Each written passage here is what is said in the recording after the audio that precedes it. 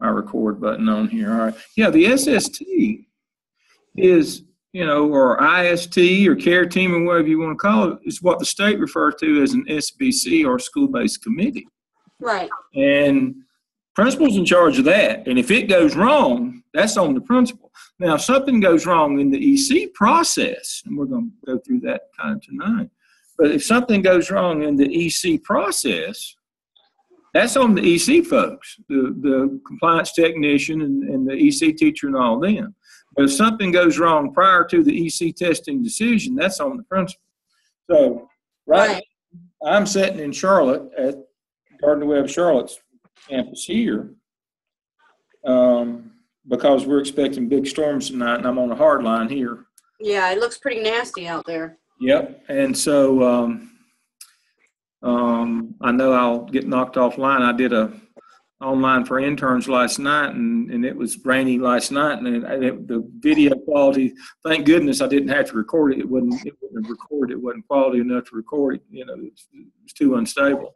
So I'm here tonight. But what I was going to say is 3 summers ago, 11 principals got sent home right before the school year started in the summertime because it was determined that they were not managing the intervention process properly, and that that children's rights were being violated.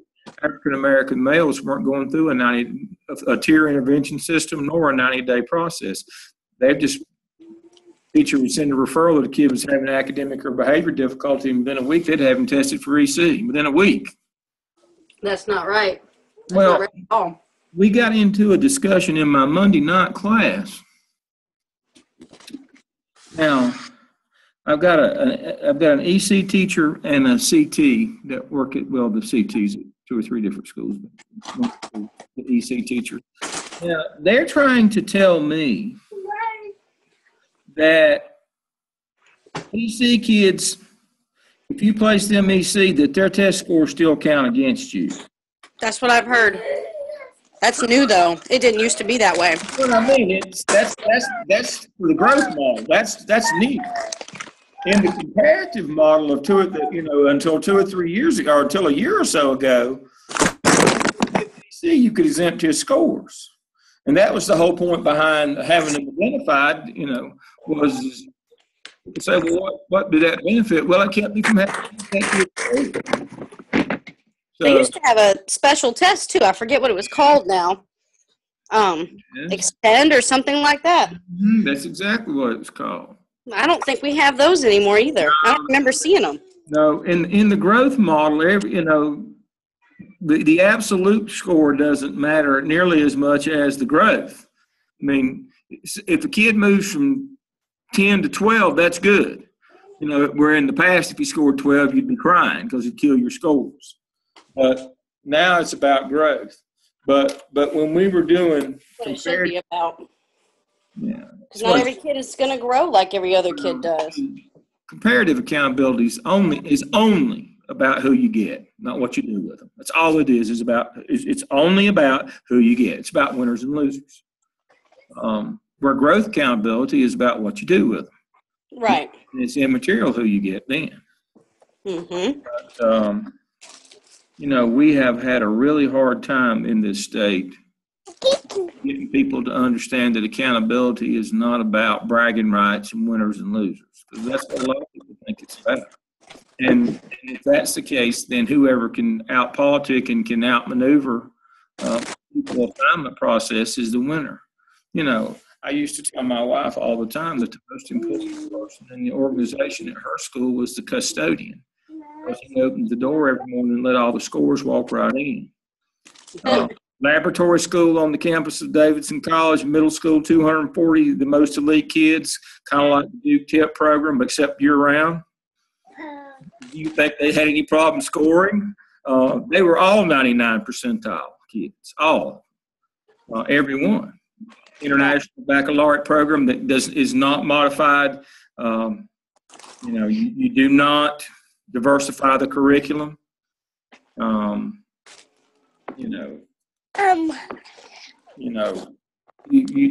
do not do that. You do not modify. So, I mean, those kids were brilliant. Now, they worked hard. I'm not saying they didn't, but they didn't go to sleep at night worrying about whether they were going to make their scores and get a bonus or whether they were going to make their scores and keep their job. That wasn't part of it. They had other stresses, but that wasn't part of it. So that's what comparative accountability is. And so hopefully with growth model accountability, we won't do things like kick our kids out.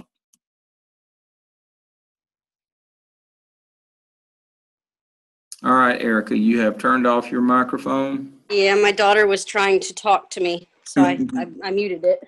Yeah, all that. All right. I don't know if anybody's going to join us tonight, so we're past our time, so I'm going to keep on going. First thing I want to do tonight, I'm going to go to share screen. Okay. And go to our page.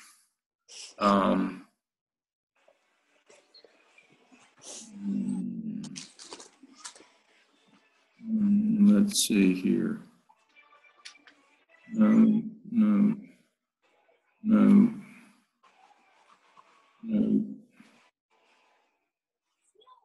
Let me see.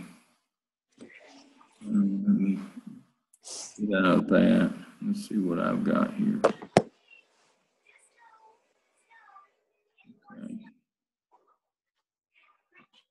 Okay, let me close that one, and that may help me. That may let that one get on the screen. Let me close that one. Now let me see if I got it. There it is. So you got to just can't have everything open, Dale. Share the screen. On our assignment Dropbox, can you see that now? I can. On our assignment Dropbox, we're going to drop the midterm exam in there. The week of October, what is it? Put that one right quick. The midterm exam is due on the week of October 12th through 16th. And what we'll do is I will either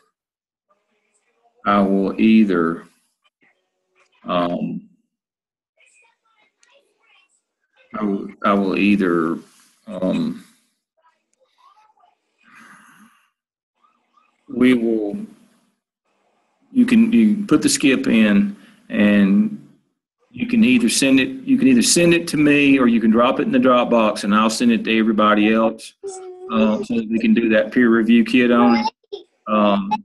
But if you put it, you can email it to me, but if you put it, I can retrieve it from the midterm exam box, and then I will email it just like the same system that I use to send out these Zoom notices. There's the class email. I can attach it to those, and I will send those out, and we'll do the peer review. I'm trying to add the kit right now into the discussion boards, and I will get that done the next day or two. They're having a little glitch with that, but I'll do that. But on our discussion boards, comes the appropriate week, we'll have a kit to use to do the peer review, and I will send the documents out. So everybody that's listening, try to get your skip in there again by that end of that second week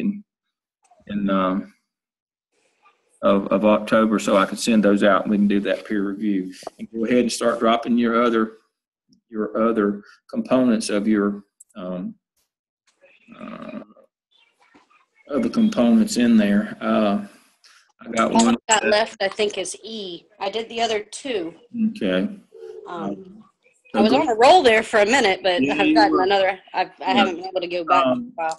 But go ahead and drop them in here so that I can just check them off that you put them in. See, these are the things that have to be in for me to give you a grade in this class. I did drop C and D in. I haven't done E yet. I did not see them. Let me go to my full grade center right here. And I think it was, I can't remember if it was Brandy or Anita. I want to say it was Brandy had done hers as well. There's Brandy right there. Let me look and see what you dropped in. Hey, Brandy. Brandy, are you there? Yes, hi. Hey there. Hi, Brandy. I just spoke your name and there you were. Pops right up. Let's see. I hope it was good stuff, Erica. It was. I was telling him we dropped our stuff in the box, and he was saying he hadn't seen it. See, I've already graded it. See how on the ball I am? Y'all got it in and I graded. You both got 100. So. Oh, good. So just keep on. That's what I said. I thought I had seen those and graded them. Keep on dropping in that assignment Dropbox and get that midterm, that final skip in there by the end of the second week of October, and I will send those out to the class via the class email, and we'll do that peer review on those and see what people think. We'll start some discussion on that week that we have that Wednesday. If I've got some in there. Dr. Lamb, how do we handle it? I was going through mine to do the last component of the skip and skip E and made some changes to the other components. Do I need to resubmit those to you? No. Okay. No. Blackboard is just putting the check in the box. Task stream's on them when it really counts on evidence. Okay. I just have to have something in this grade sheet so I can justify giving you your A. Okay. I only ever give A's. I've never given anything but A's. But I don't know why, but students seem to put their work in for me. I don't know. So I expect it to be that way right on, that everybody will put all their work in and I'll be able to give you your A and we're going about our business. Okay. So, but we shouldn't submit it until we've done the peer. No, you go ahead. You go ahead. You don't slow down. The peer review by 603 is for us to kind of have something to talk about. Okay. It's not going to change anything that you've written. Y'all already know what you're doing by now. If y'all don't know what you're doing in 603 and you're already halfway or more than halfway through, I don't think I'm going to get that ship turned around now. Okay. It's already sailed. So the idea of peer review for y'all, that peer review really is for the 601s. The idea of peer review for you folks is we have something to discuss and talk about, share, see other people's work. I do think there's value in that. See, face-to-face classes, we have to get up and tell at midterm and all the way through. We have them get up and tell about what they're doing. Okay. But we can't do that, obviously, since we're not synchronous online. And we're online and we're not face-to-face. I mean, I'd love to have a synchronous session where we're all here and you told us about what you did. But that's not really, they won't really let me do that because they said, this is online and we don't require people to be on at any certain time. So, okay. So we'll just do a little peer review on them and then we'll talk about it a little bit. If there's something. It's definitely helpful that we do these Zoom meetings. So I love it. It gives me feedback and I kind of can gauge where y'all are and what you're doing and how fast to add more discussion boards so that I don't overwhelm you. Mm-hmm. I try to go ahead and answer them when they come up so I don't miss them. Yeah, but I kind of design those according to the feedback I get from y'all and the things that we talk about. I mean, just like I was talking about earlier tonight, my question was, the discussion board for tonight was, what's the principal's role in EC? Principal role doesn't have much of a role. The principal's role is before EC starts. And let me show that to you. Let me go back to stop share and let me go back to my share screen here.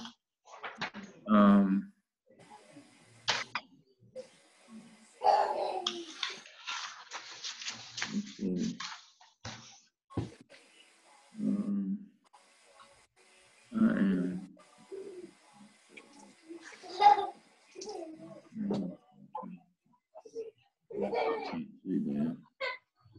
Girls.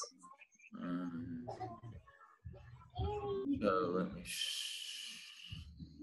go that and go that peer review kit. There it is, but y'all don't, it's not important. I'll put it in. Let me see if that got me where I want to be here.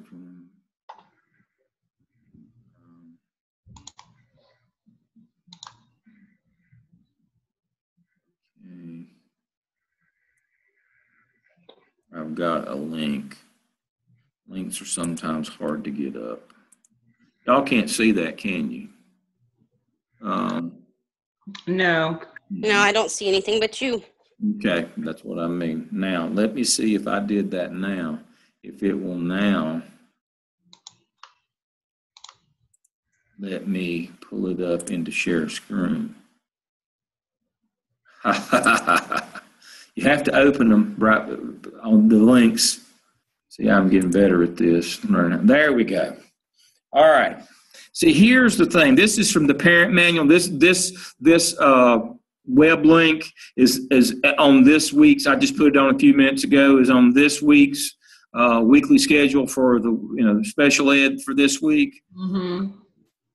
This is the parent link and 10 basic steps in special ed. See, the problem is EC starts when the child is identified as possibly needing services. That's when they get referred for testing. The principal's part takes place before then. Let me say that again. Did you say the basic steps? This is the 10 steps right here of EC.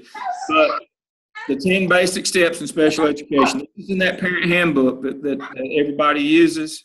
But the problem is principals think, well, since I don't have anything to do with these 10 steps, I don't have anything to do with EC. I'm off the hook. And they are right in that if something goes wrong in EC, it's either on the teacher or the department chair or the compliance technician. It's on one of those people. But your role in EC is getting them to the point where they're referred for testing. And that's what Erica did a great job tonight. She wrote in the discussion board, but she basically outlined the intervention team process with tiers that gets you to the EC testing decision. See, we don't just say, this kid's not doing well in school, let's test him for EC. There's a tier system that can take up to 90 days, and then there's an intervention program that has to take 90 more days. Now, the tier system is not mandated, but everybody's using it now. The 90-day intervention system is mandated. And if you get that wrong, you have to go home. Let me say that again. If you get that 90-day process wrong, where you do 30 days of anecdotals, 30 days of intervention, and then 30 more days of intervention just prior to the EC testing, if you get that wrong, you go home because you violated that kid's rights. And that's what I was telling Brandy, I was telling Erica before you came on. 3 summers ago, 11 principals, elementary principals, had to go home the week before school opened because it was found that kids, African-American males, were being referred one week and tested the next so that they could implement their test scores. There's a lot I'd love to say on that topic, but I'm not going to because it's being recorded. We'll talk about that tomorrow night. Okay. When I come back on tomorrow night at 7 to answer questions and we do discussion tomorrow night, that's never recorded. Remember, we're recording tonight. This goes on YouTube. Yeah. But those principals were not. That wasn't a secret. It was public knowledge that those principals had not made sure that their intervention team process, care team, SST, whatever you want to call it in your district, that they were not following that 90-day intervention schedule. They were moving certain kids to be tested and placed in EC well before interventions were tried. Now tonight, let me see. Stop share and go back. Share screen. I want to share this. This is what Erica wrote for us tonight. Did a great job. I was so excited. See, I had to tell all this the other night in class. So Erica has kind of summarized it. See, what we do now, we use response to intervention, which is a 3-tier intervention sense. This is prior to the official referral process where we put a kid in the process and 90 days later we'd make a decision on him. And she's done an excellent job with this.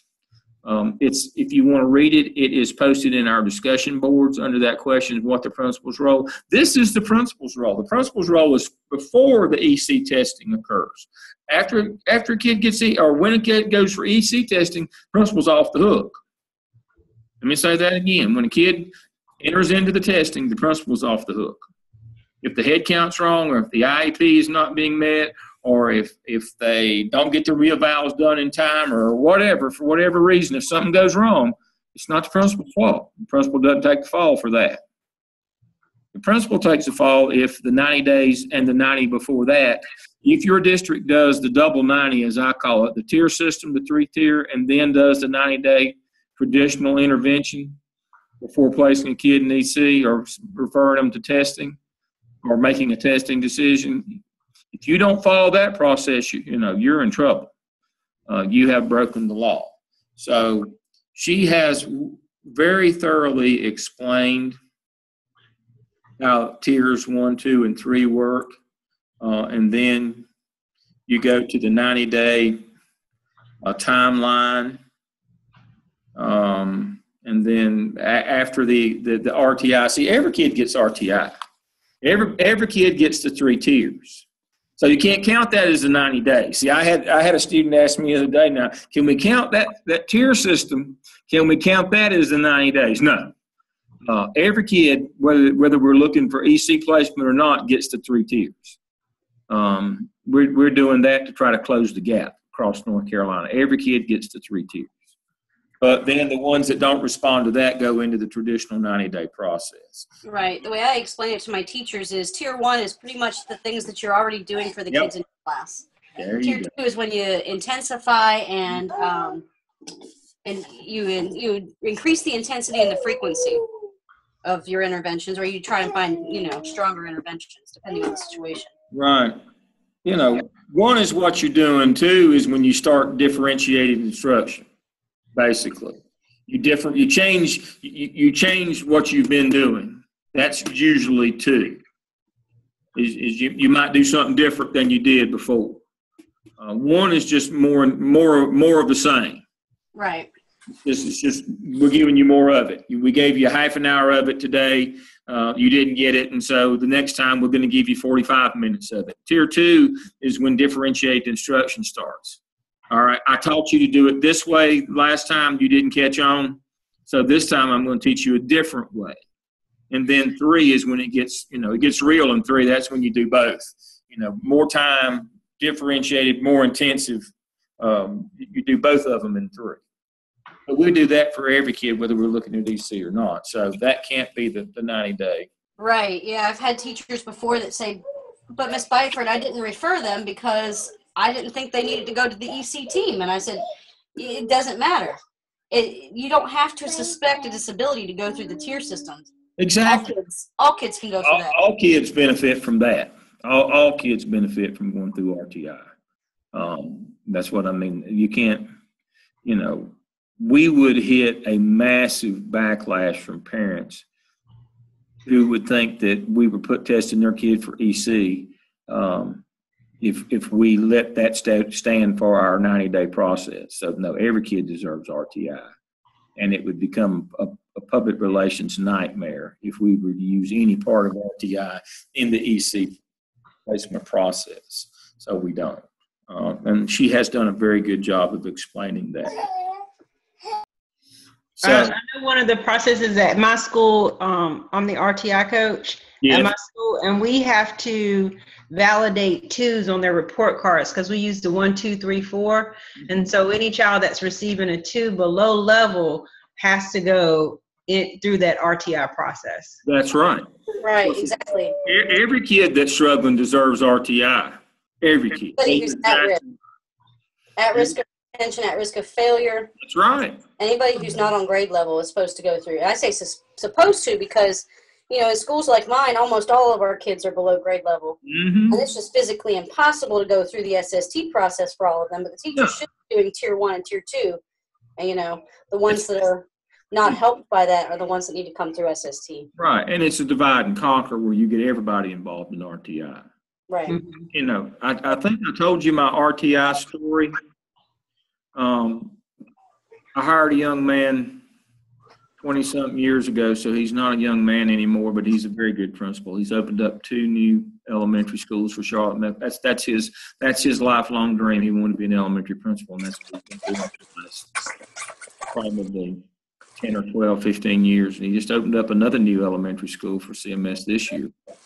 But the one he opened previously was actually in the neighborhood where I live, north of town at the lake. And he asked me to come over and do a program evaluation of his RTI program. So I went over, and he said, our reading scores have been exactly the same for the 3 years that we've had the program implemented. And so I spent a half a day there and interviewed his RTI coordinator. And I asked her finally, Who goes into the classroom and checks and makes sure that the level 2 lessons, the differentiated lessons are taking place?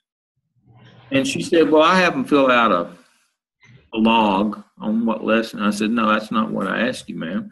Who goes in the room and make sure that these differentiated lessons, as we talked about, tier 1 is just more intensive, the same thing.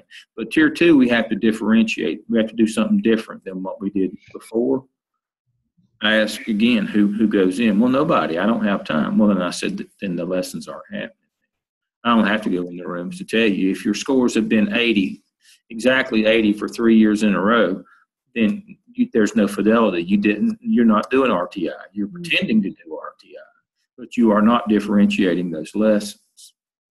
And so every kid deserves RTI, but the principal's role in this, again, that was the prompt for tonight. What is the principal's role? The principal's role, number 1, is to make sure that you're doing RTI in all 3 tiers, and then you're doing the 90-day process, but that in that RTI process that you and your staff, administrative team, are getting into the classrooms and making sure that they are doing those tier 2 differentiated lessons. And that's why I kept saying that on tier 2 is different. We're not just doing more of the same and waving our hands and talking louder with the same lesson that they didn't get the first time. That's what's important. Not just preferential seating. Exactly. We'll move him to the front of the room and that'll fix him and he'll be healed. No, that's not what, it's now a differentiated lesson. Look at those strategies. Look at Marzano's 9 strategies and determine which strategies have you used so far. Let's pick another one. But the good thing about RTI, if you bought it, they already have the differentiated lessons, and they tell you what the differentiation is. See, that's great. Some districts bought it for elementary only, and they're trying to use it as their intervention or their remediation in later grades, like in high school. The problem that you get into when you try to use it beyond elementary school is there's not really any curricula out there available. You got to write your own curriculum.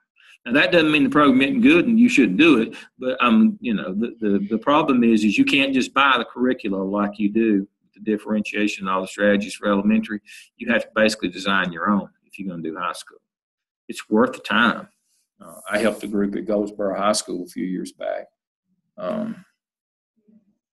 But that's the only thing but as a principal, your role is making sure that if kids are having difficulty in school academically, that you start tier 1 where you give them more time.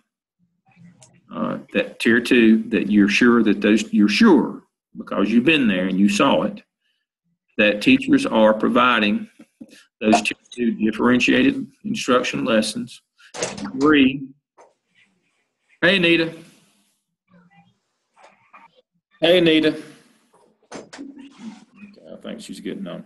But 3, that you make sure that they're doing both more time and differentiated lessons in tier 3. And if those kids are not being successful, then you start the 90-day process. Again, you're still in charge. You're still in charge of the SST. And if it goes bad, it's still on you as a principal because the state says this is a school-based committee. Now you keep saying SBC or school-based committee. What's the big deal about that? It's responsible. That's what the big deal is about that. If it goes bad, it's on you. You are responsible for it. So after the 3 tiers, the first one again being more time, second one differentiation, third more time and differentiation. That doesn't go well. We start the 90-day process. The SST says, all right, we're starting. All right. The EC teacher is still not in charge of that process. They are a resource on that committee. For some reason, aspiring administrators, or I'll call students or candidates, think that the EC teacher directs that. They do not. The EC teacher is not in charge of the SST. The SST has its own chairman. Erica is chairman of hers at her school. They are there as a reference, not as the leader of the group. It is not an EC committee. Right. It's a conflict of interest for them to be involved in the SST because then they can steer children into or out of the exactly process. They're only there as a reference person, as a resource. They can't be in charge. Again, I've had principals say, "Well, we just put the EC people in charge of that." No, you don't. That's not legal. And so you have an SST. You have as a reference to help you with legal issues. You put an EC teacher on the committee just as a non-voting member, as a reference person, as a person to be a reference for you to provide information as a resource. And you start the first 30 days of the 90-day intervention. The first 30 days, as we know, is anecdotals. We collect information from teachers. We look at all that RTI data, which is, that maps out. There is some wiggle room with that. If you've got a case that's more obvious, you can move it through a little bit faster. Pre-K students move through faster by rule. You don't have to take the full 4 to 6 weeks for pre-K kids. No, you don't. That's exactly right. But the problem that we get into, and I tell aspiring principals this, parents will pull your heart out and show it to you, your beating heart, as you die. The very same parent that wanted the process speeded is the very one that later on says you violated the process if the outcome's not what they want. My biggest problem has been parents who say the process is taking too long, but they're the same parents who keep saying no. Exactly. That's again, exactly. It's 4 to 6 weeks, which is, which means, we call it 30 days. I don't have a preference if you do 4 or 6, but just make sure that you hit, I always just say 30 days because it's 30 calendar days. And make sure you hit somewhere around 30 calendar days, pulling that anecdotal information together and looking at what has been successful, maybe a little bit or not at all. And then, of course, the second 30 days is intervention strategies. Again, don't do the same thing that you did in RTI in Tier 2 and 3 that didn't work there. That's why you're here. You do something different. And you work those strategies. And at the end of that second 30 days, the first 30 days of strategies, of intervention strategies, but the second 30 days, at 60 days, you decide to continue those, you try something completely different. At the end of 90 days, you make a decision to EC test this kid or not. Yes, he's doing well enough. Some of these interventions are taking hold. We won't do it right now. Or no, he's still not doing, it's still not happening. So we're going to have to, move him into the process and have the psychologist come in and give him the test. And that's where, let me stop the share and go back to this one.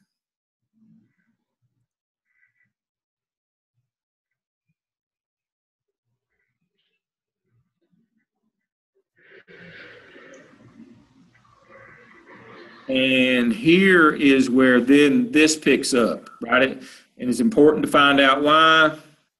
Because it says right here, your child is identified. This is when your child is identified as needing tested. This is where it picks up right here. So once you get the kid to testing as a principal, he's still your kid. You're still ultimately responsible for him. But if something goes wrong after that and the parents start suing, it's usually not you. And here are the steps that happen after that. It's not, you should know what they are. Again, you're not responsible for them, but you should know. Child's identified needing special ed and related services. That means he's been referred. Child is evaluated. The psychologist does the evaluation. Eligibility is decided. They do their little scales and functions and, one score up, one score down. They do all that stuff, and they have some, they try to explain it, but basically it's some magic formula that the psychologist uses, and the eligibility is decided. If the child is found eligible for services, an IEP meeting is scheduled. All right, let's slow down now. School system schedules and conducts an IEP meeting. They contact the participants, including the parents. All right, the EC people have to do all this stuff. Now, you may have to get after them if they don't, but really they have a compliance technician that in your district that at so many schools, or if your school's big enough, that's supposed to follow up with these people to do all this stuff. But it's important to know this. I've got this link on our page for tonight's weekly lesson for lesson 6 tonight. You can go on and read all this stuff, and it tells you, how the IEP, the meeting is held, and how the IEP is written, and it goes through all. It's a wonderful document. And it tells basically the EC process. So there it is, 10 basic steps in special education. This is kind of, special ed for dummies. It's all put down. I still think the word basic is hilarious. Yeah. Well, it's, there's 1,000 things, but what this has done has simplified it for the layman. And I like that. This is a parent publication for parents who are not professionals in the field, and it makes it really easy to understand for people who may not. Does it address in there anywhere doctors that write a prescription for an IEP? It has all that stuff in here. If we were to go back a page, see, this is just one of these key terms to know. Parent rights, evaluating, it's got all these are buttons that you hit that tell you all of this good stuff.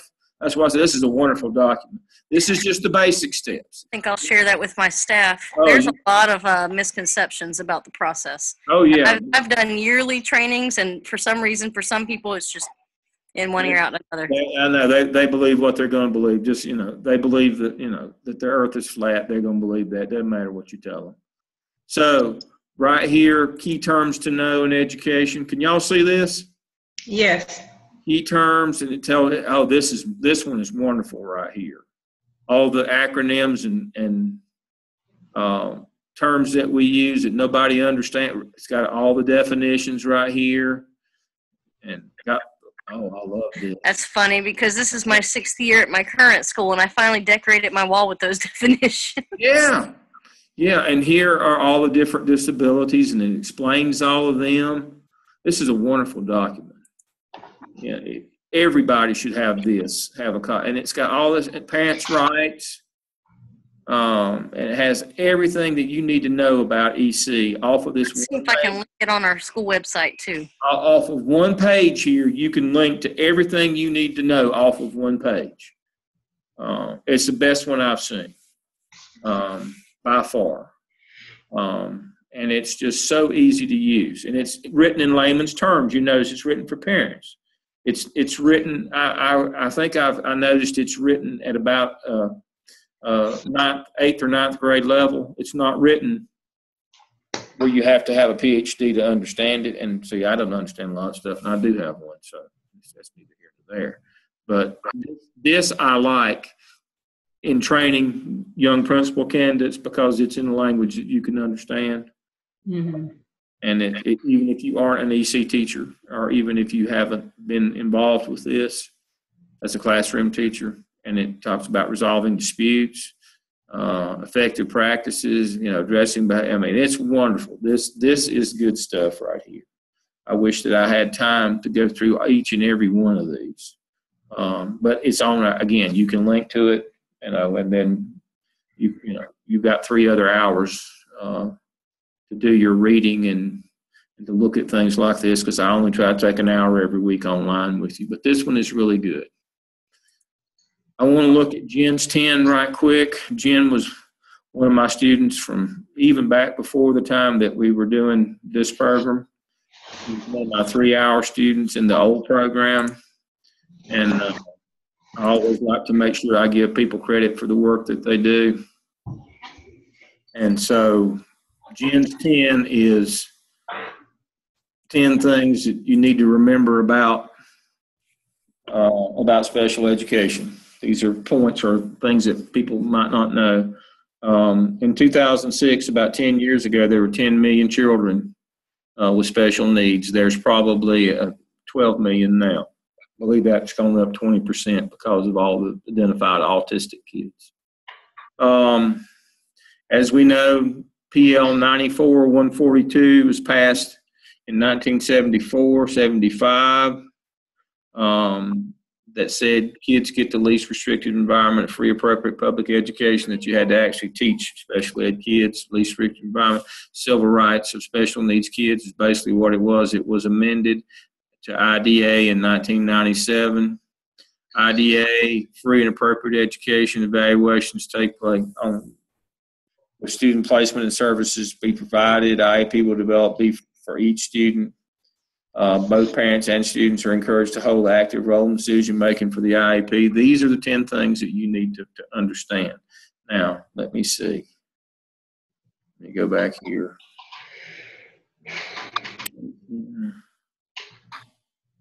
Intervention process.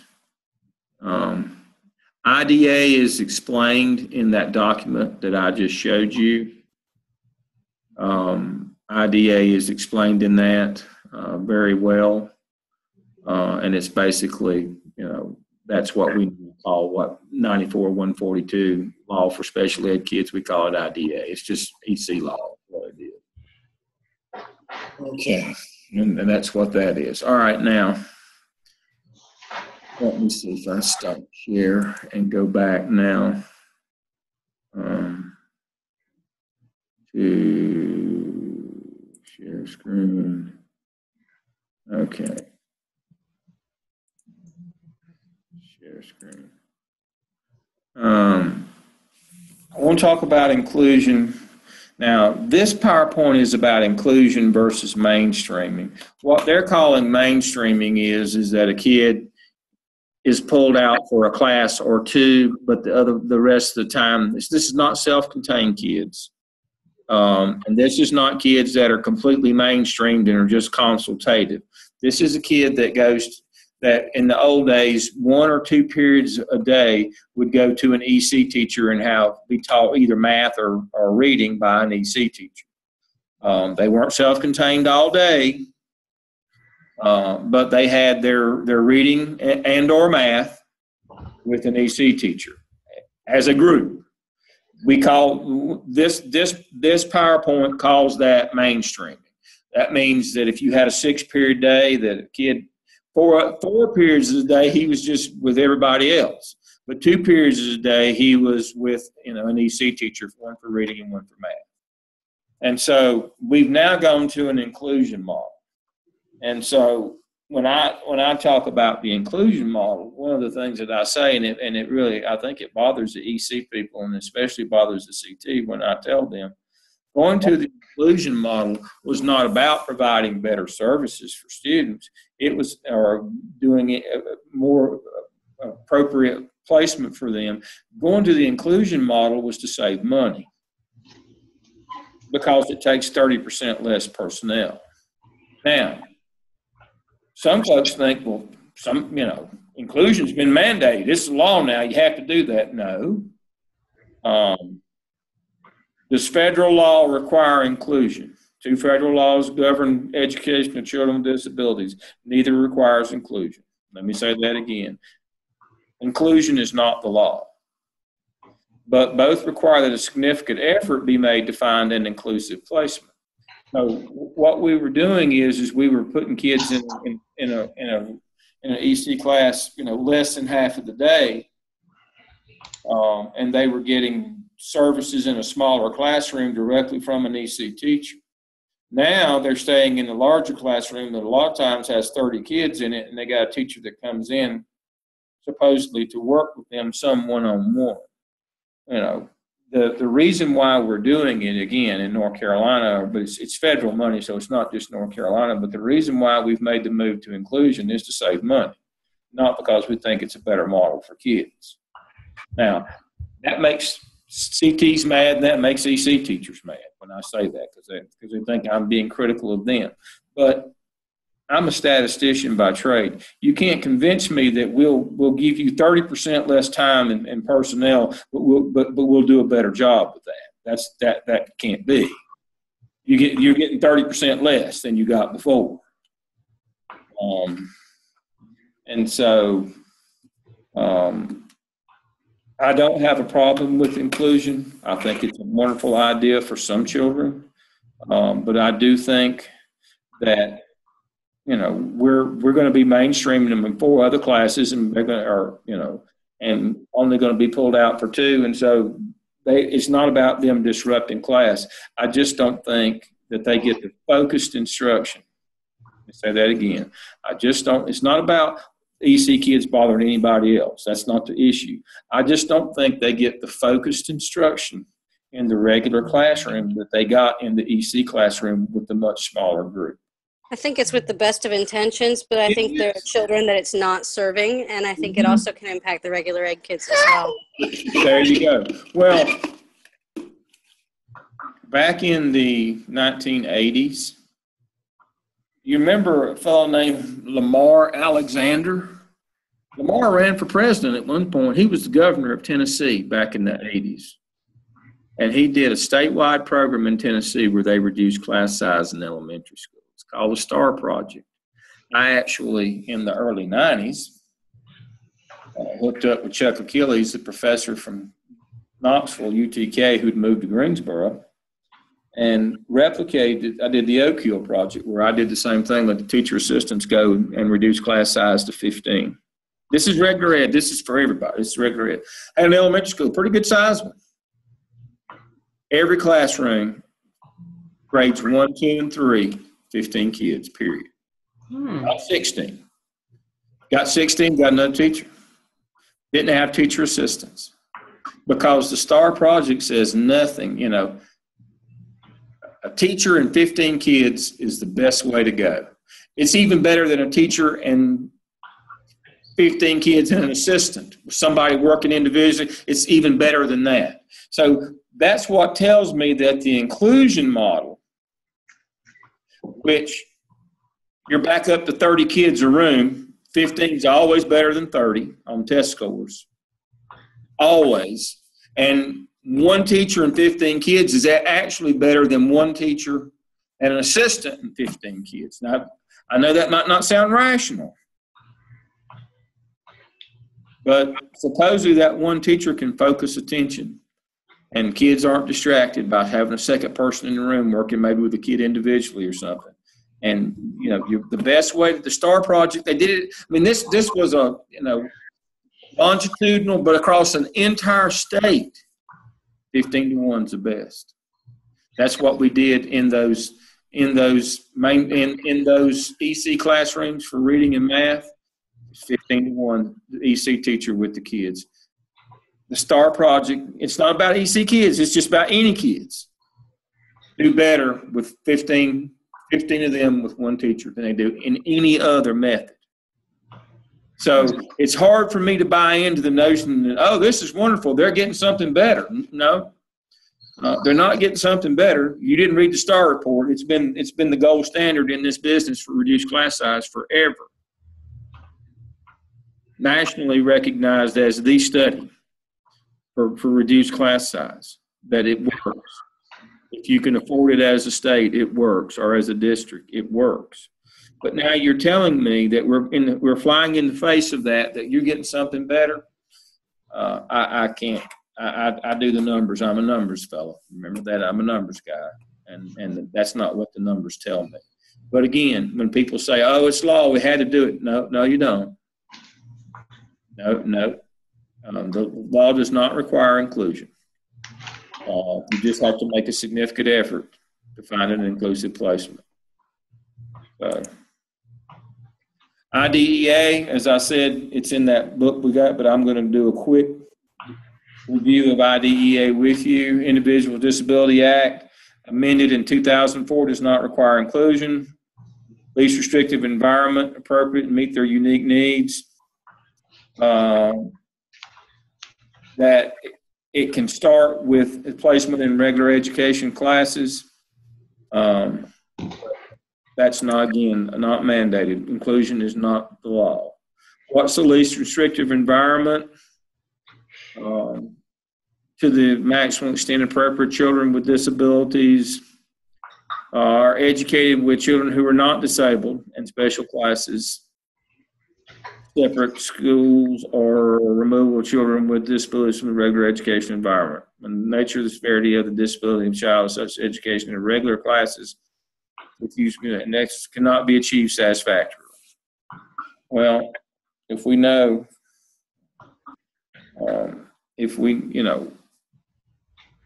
know that our kids are, specifically our learning disabled kids, are really having trouble in reading and math, and we know that a teacher and 15 kids is the best way to get those test scores, and we've got them with everybody else the other 4 periods of the day, I would argue that is the least restrictive environment. So, Dr. Lamb, I wonder why some districts are pushing for a push-in model for those students, for our SPED students, versus a pull-out if that report exists. Like, what is their rationale in doing that? Money takes less person. Absolutely. You can have less people pushed into more classrooms. Yeah, it's 30% off the top. That's the minimum savings is 30%. I've got a buddy that's superintendent in a district, and he will tell you 30%. And it can go up from there. You could save more than that. The push in saves you a lot of money, a lot less personnel. I just find that, it's like they put us in this catch-22. They want these test scores, but they don't want to make our classroom sizes, especially, when you get data on our students that are SPED, and you want their test scores to look good, but you're not supporting us in doing that. We only want them to look good to a certain extent, and we in certain children. North Carolina has made it clear that some kids are more important than others, that we're not really interested in every kid being educated to the fullest extent. And so I hate to say that, but that's not my opinion. I mean, they cut $500 million out of the education budget and just gave it away as tax cuts to business. Mm-hmm. You can't tell me you care about all kids, because the kids who are more capable are not suffering. Their schools aren't suffering the cuts that the at-risk schools are, and the at-risk children. Right. Least restrictive environment supports the student's right to be in the general education classroom unless assessment data indicate that prescribed goals cannot be met in that setting with support services. Again, I have seen with my eyes how difficult it is for those teachers to hit those prescribed goals in a larger setting. It's really tough on the teachers too. I feel for them because they got to do more kids. It's kind of a hit and run. They're spread too thin, and those goals that they've got to hit, they really about have the time to do is test the kids. They don't really have time to teach them. And we go back to assessment. If you want to fatten up a hog, you feed him. You don't weigh him all the time. That's probably not an apropos analogy, but it's the truth. So what EC teachers do, because they're so goal oriented and they're supposed to hit those goals, what they end up doing is running to the classroom and testing the kid all the time rather than teaching. That's not their fault, but they're spread so thin. And if you have to do the assessments, if you have to measure the goals and you have to do the assessments, pretty much, if it comes down to a choice between instruction or assessment, you have to do the assessment. Right. That's the deal.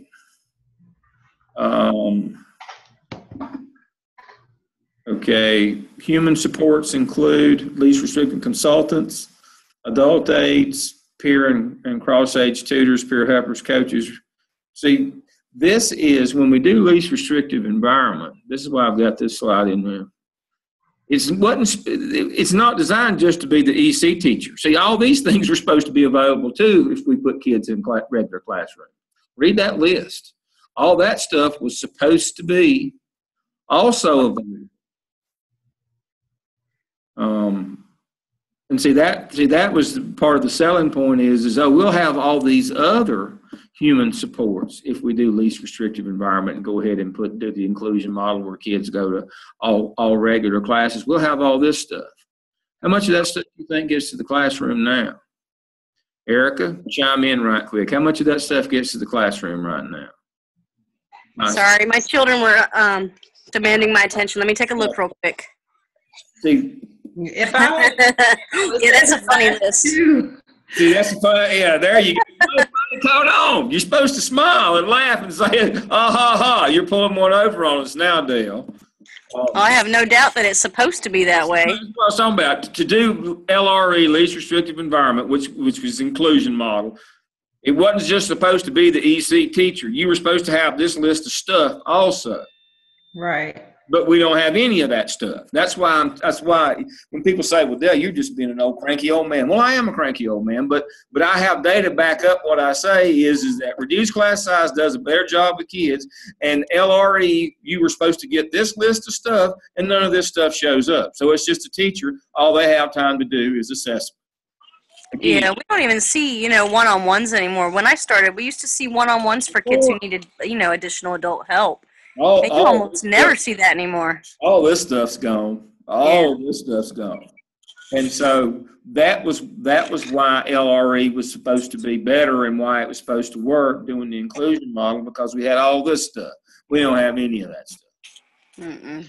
We got a mobility specialist. We have an autistic kid, but it took the parents and everybody fighting to get that person. And we were just like, this is ridiculous. Obviously, we checked everything off of our list. But it just took forever. Yeah. That's what I mean. These people were supposed to just show up and have an office on your campus and stop by a day or two a week and be what we called itinerants. Right. Yeah, that checks in the mail. That didn't happen, folks. These people. Our behavior coach now has, I think, 8 or 9 schools. Yeah. And we were told this year that behavior coaches are no longer involved with SST. They're only there for kids who have IEPs. That's what I mean. They're only there for consult. Only. No, not even that. You can ask them questions, but there's not a whole lot they can tell you. I remember Bonnie Pugh, not far from where I'm sitting right now at the Auxiliary Ed Center over at Walton Plaza, the Stonewall building. Bonnie Pugh was that behavior specialist, and Bonnie just sat in her cube every day and answered the phone. She said, I'm the only one that's left. She said at one time, I think she said there was something like a dozen of her. But in the end, Bonnie was the last one, and all she did was consult over the phone. Wow. Didn't even go to schools. Wow. I have watched this list, and I can think of names and faces of people that I've known over my career that there aren't any people in those positions anymore.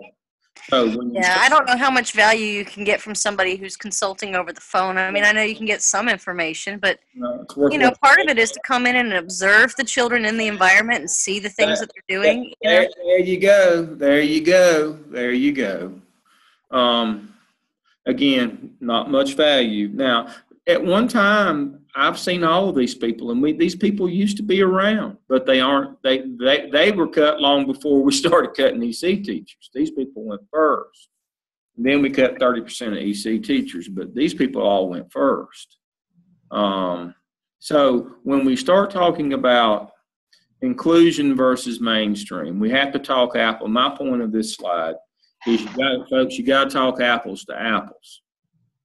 If you're going to say that inclusion works as well as mainstream and pull them out into a classroom of 15 for their reading and their math, then you have to acknowledge that it's only as valuable or as good as if we have all this stuff that goes with the teacher in the classroom of 30 people. She can only stay 10 minutes and do an assessment. This stuff had to be in place. But see, folks have forgotten that.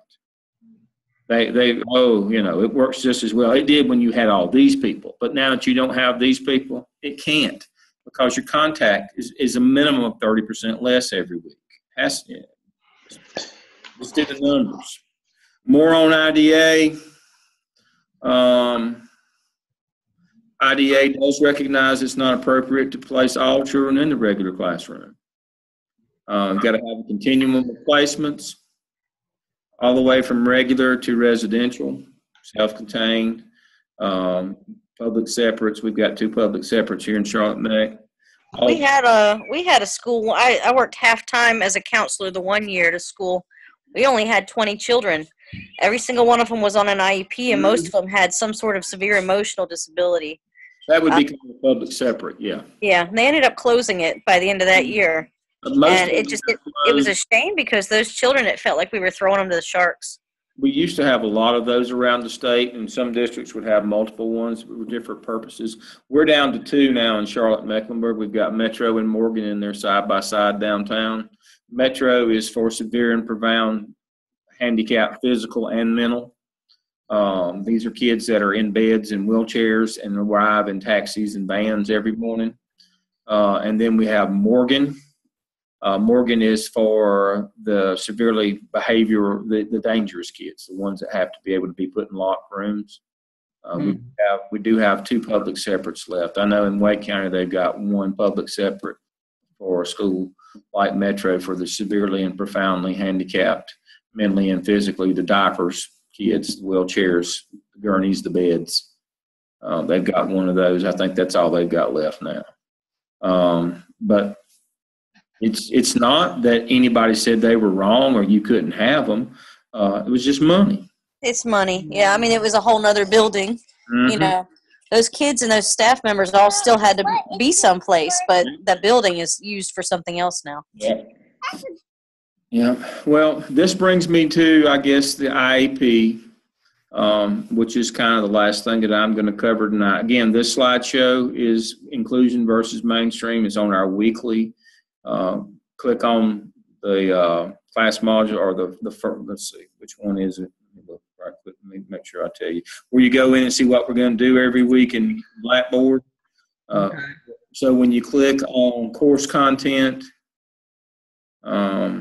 and then course materials, the very first folder for this week, which is week 6, exceptional children with special populations. I have this Gens 10, and I have that parent resource. One quick note before I close out tonight. I see my time is coming to the end here.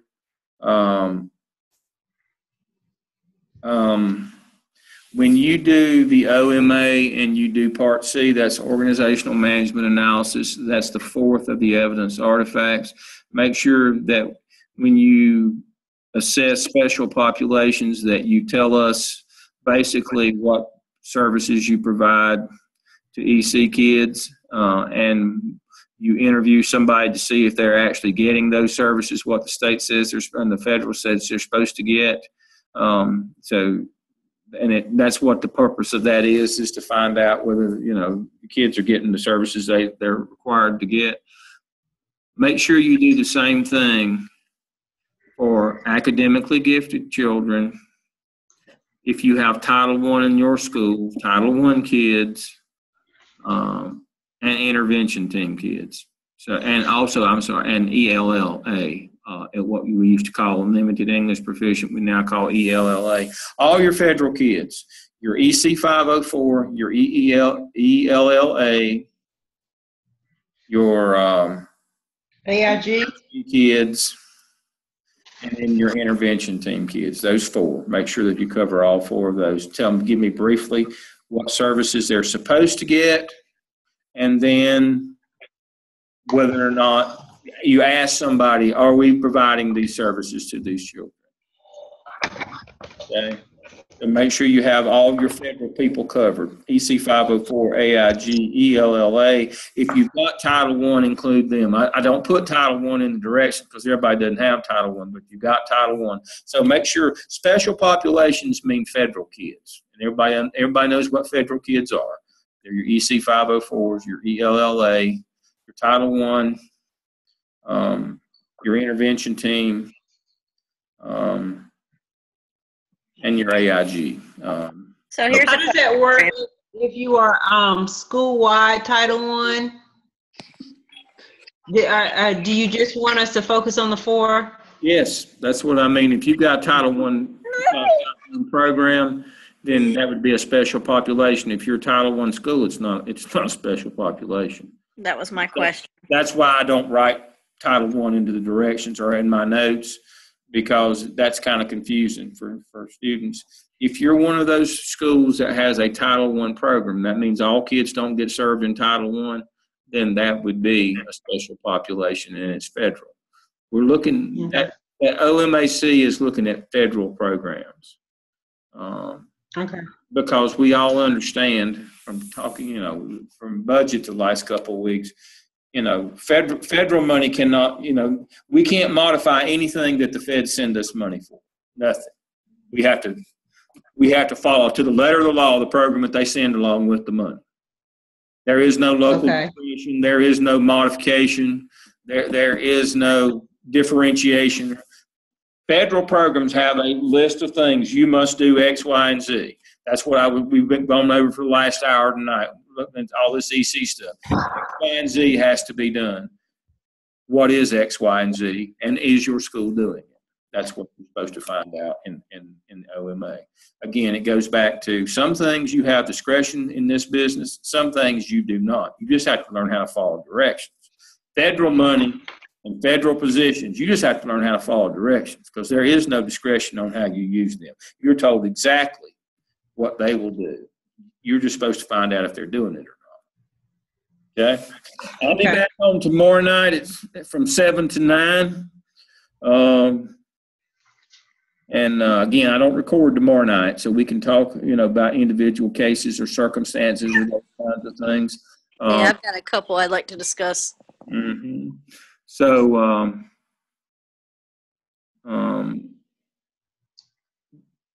go to your discussion board, read Erica's post on intervention. It's very good. The process prior to testing. I didn't belabor it, but it's there in the discussion board. I pulled it as a separate document tonight, but I won't load it. It's in the discussion board. That'd be a good one to read. All right. I will see y'all tomorrow night at 7. Thank you for joining me tonight. Thanks. Have a good night. Thank you, you too. In meeting.